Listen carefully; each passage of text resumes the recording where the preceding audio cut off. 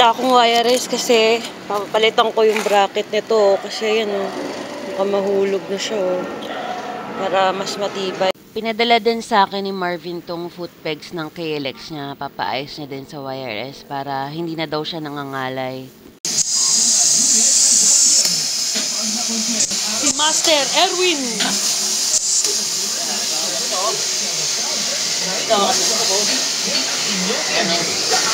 Para mas tumibay. Oo, tornilyo. Alas dito. Yan, dala ko makapit ko yan. Pakita na tornilyo dito.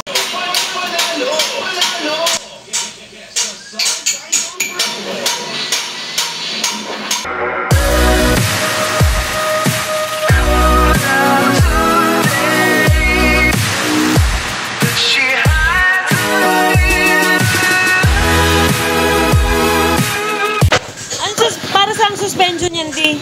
Beta? Beta. Anong gagawin? Overhaul. Gawin na yung ng dati may-ari.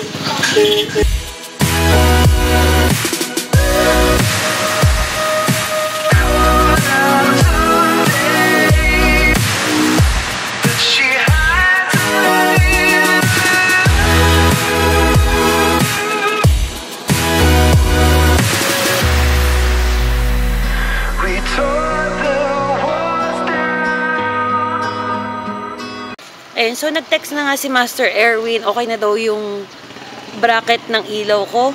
Nag-swap muna kami ng scooter ni Daddy. Papunta na ulit ako ng wireless ngayon. Tingnan natin. Tingnan ko sa wireless. Kitang-kita yung bagong gawang bracket ng ilaw. Hindi na gumagalaw. Love it.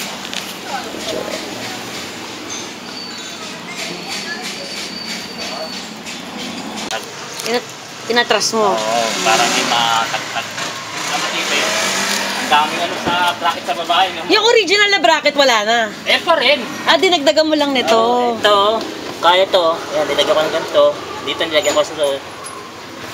Yan, kasi ito yung dati, di ba? Oo. Yung dalawa lang. Ito nilagyan ko rito. Itong dalawa. Yung brace. Okay. Kaya matibay. Yan hindi na yan malikot. Kahit sa trail. Laban na yan. Let's go! Let's go!